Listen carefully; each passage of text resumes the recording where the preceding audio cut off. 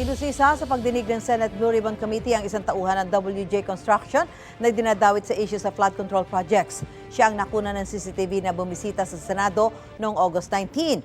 Kinumpronta rin ni Senador Jingo Estrada si dating DPWH Assistant District Engineer Bryce Hernandez matapos sabihing tumanggap umano siya ng kickback sa flood control projects. May unang balita si Sandra Aguinaldo. Sinabi mo sa testimony mo sa House na binigay mo ang pera kay D.E. Henry Alcantara at siya ang nagsabi sa'yo na bibigyan daw niya ako. Is this correct? Wala pong specific na sinabing ganon, Your Honor. Pagkatapos mo ko dinurog sa House, ngayon wala ka specific na sinabi.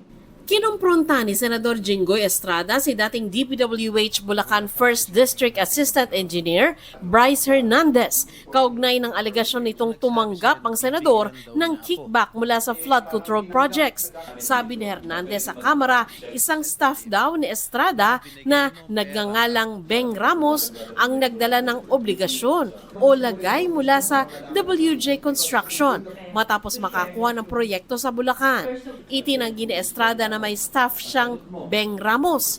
Paano niya malalaman ang staff ko si Beng Ramos? How will he know?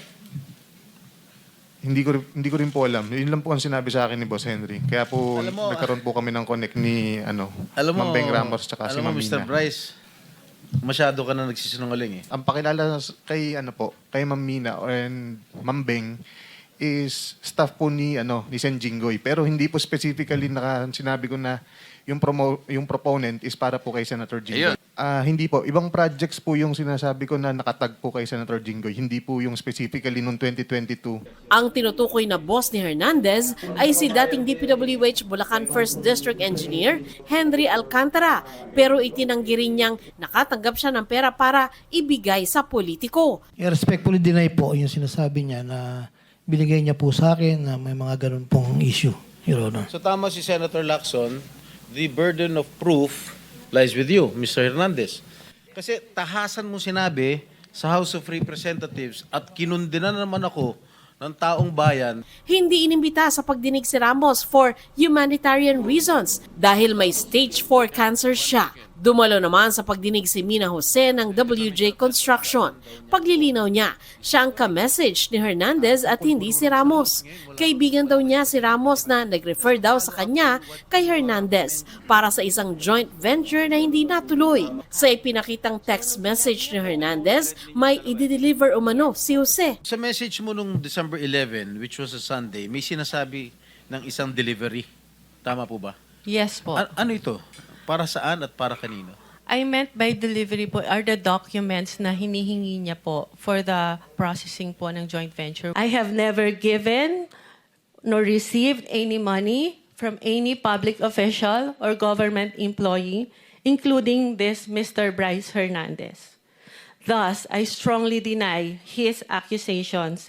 Pero giit ni Hernandez, nagbigay ng obligasyon si Jose. Ano yung obligation na yon? Pera Pera para po. kanino?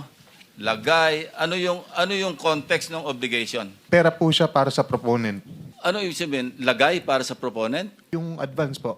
Opo. Advance para yung sa parang proponent? bayad po para dahil nakuha na yung project na yun. Mrs. Jose?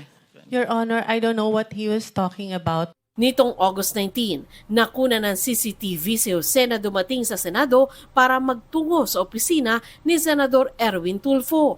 Pero bago niyan ay dumaan muna siya sa opisina ng Blue Ribbon Committee kung saan staff si Ramos. Meron po kasing problem yung terrace ni Senator Erwin na binabaha po siya, lalo po pag umuulan. So, ako po yung na-refer na contractor nung staff niya na kung pwede po tingnan namin gawa ng solusyon and mag-suggest po kami sa kanya. Upon learning her name was mentioned by Engineer Bryce, we immediately requested to cancel all contracts with WJ.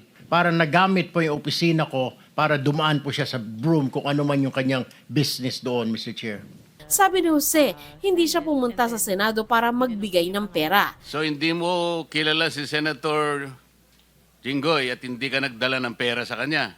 Hindi po. Kahit po kay Bryce, wala po akong dinalang pera. Okay. So talagang safe ka na.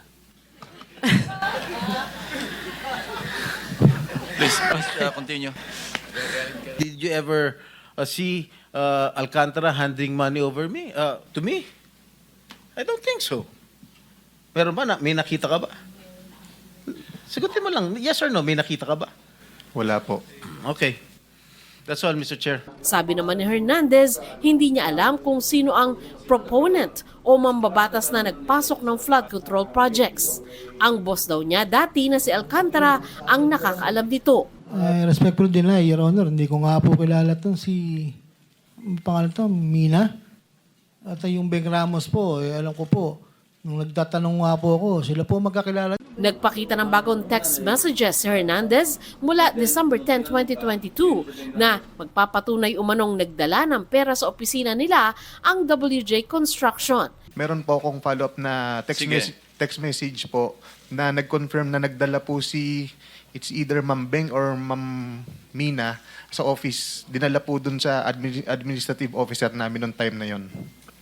Meron po akong text message na yun. Galing po sa Chief of Staff ni Boss Henry Alcantara. Kinonfirm po na nakapagdala na ng obligasyon. Base sa screenshots, sinabi ng Chief of Staff umano ni Alcantara na nakuha na sa administrative officers nila yung pinadala nila Beng Ramos. Nag-text ito ulit matapos ang ilang araw kung ipasasabay na raw ba yung kay Beng Ramos. Sabi raw niya, sige, ipasabay na. Anong context yan? Yung pera po na dinala nilang Beng Ramos. Anong project yan? Your Honor, nakalimutan ko nung specific nung project to, ng 2022. Pinutol muna ni Senador Ping Lacson ang usaping ito habang wala raw kompletong detalye si Hernandez. Ito ang unang balita. Sandra Aguinaldo para sa GMA Integrated News. Gusto mo bang mauna sa mga balita? Mag-subscribe na sa GMA Integrated News sa YouTube at tumutok sa unang balita.